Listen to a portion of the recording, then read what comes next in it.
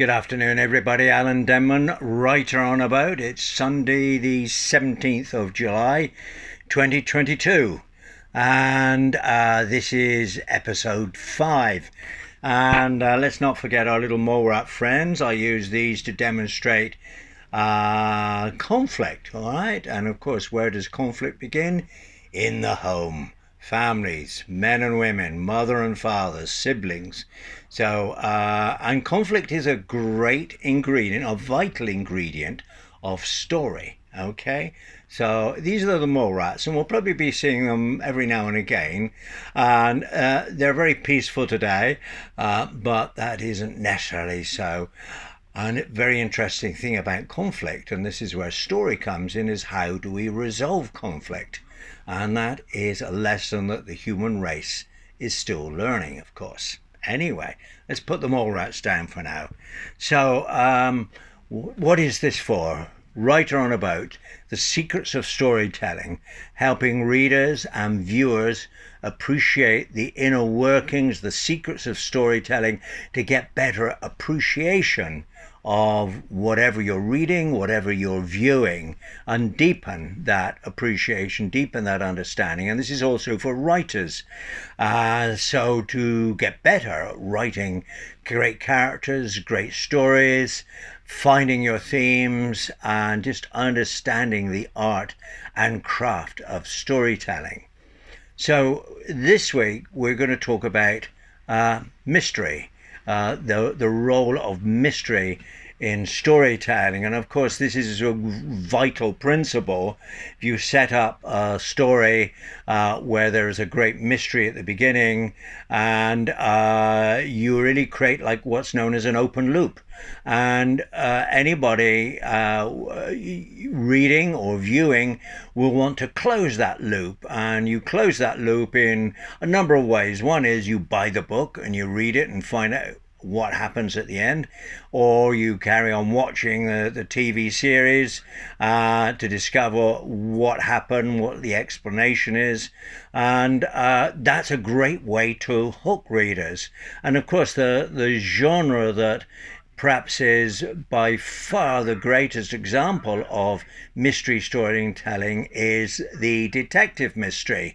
And of the mystery writers, detective mystery writers, probably most people agree that Agatha Christie is number one.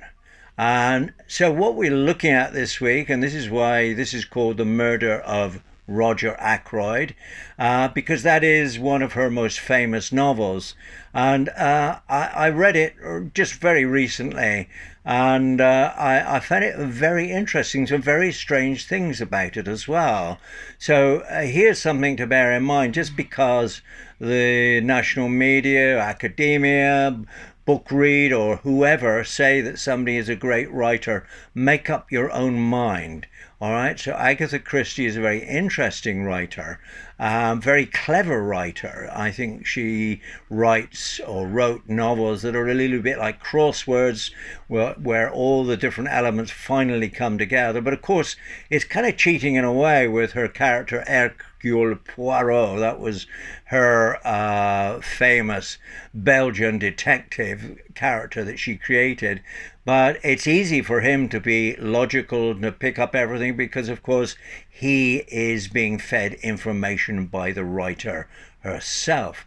She and Hercule Poirot are really one and the same. So this is one of her early novels, very famous, helped to establish her, and it is a standard murder mystery. And what appears to be the case is that, this is a standard formula that all the members of the household, the relatives, all the people who stood to gain by the murder of Roger Ackroyd, who was a wealthy but quite private, secretive businessman, are lined up and introduced to us at first.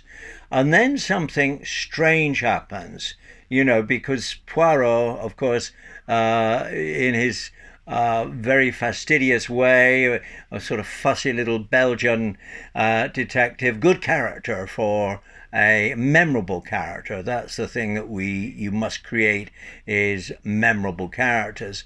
And here's a memorable character, but he picks up on all these tiny little details that don't quite fit together. In his mind, he is kind of performing a detective crossword, filling in all the details, seeing how they link up and the overall pattern.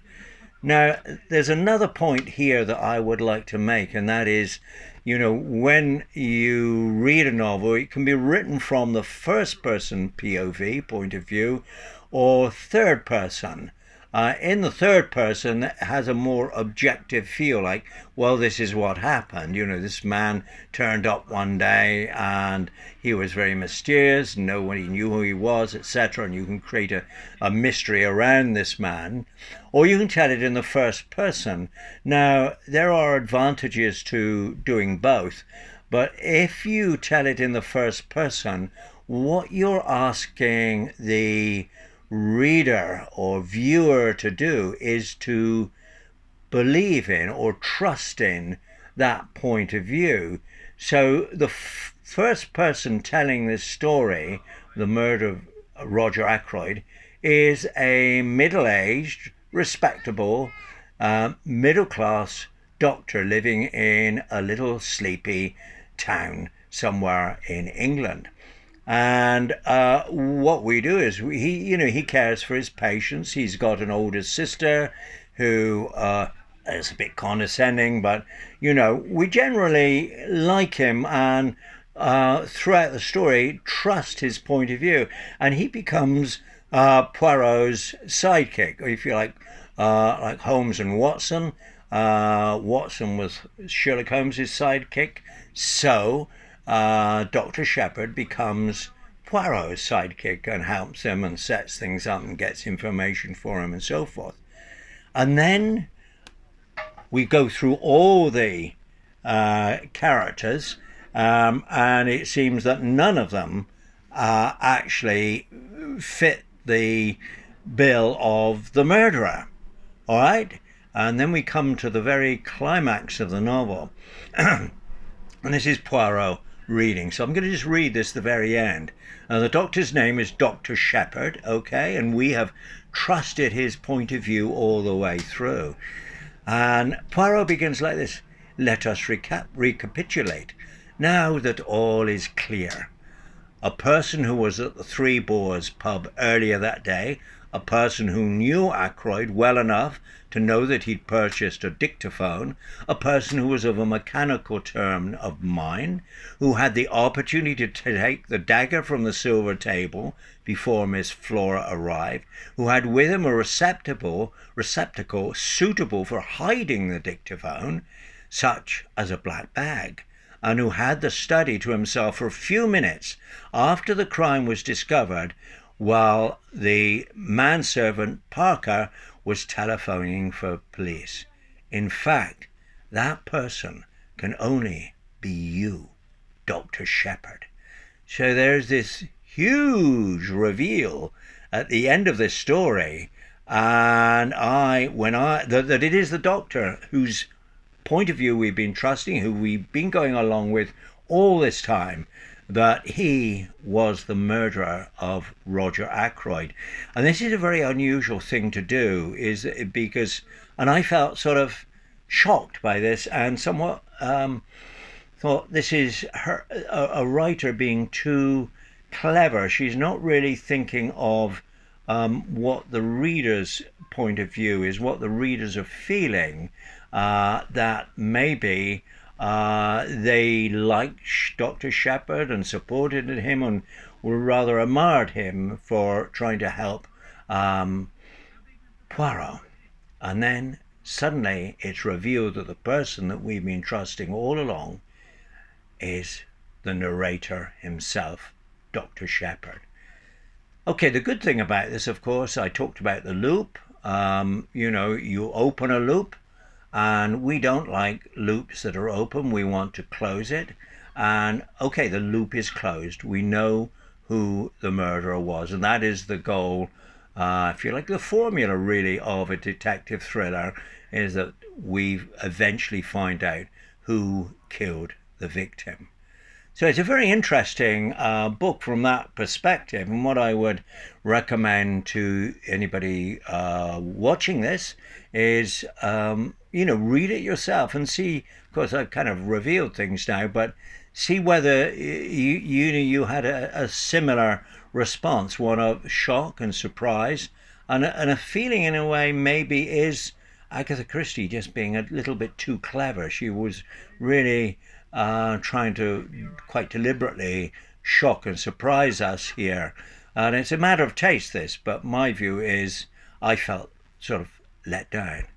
So, just to summarize then, one of the great principles of storytelling is create a mystery, open a loop, and use that to hook the reader, hook the viewer.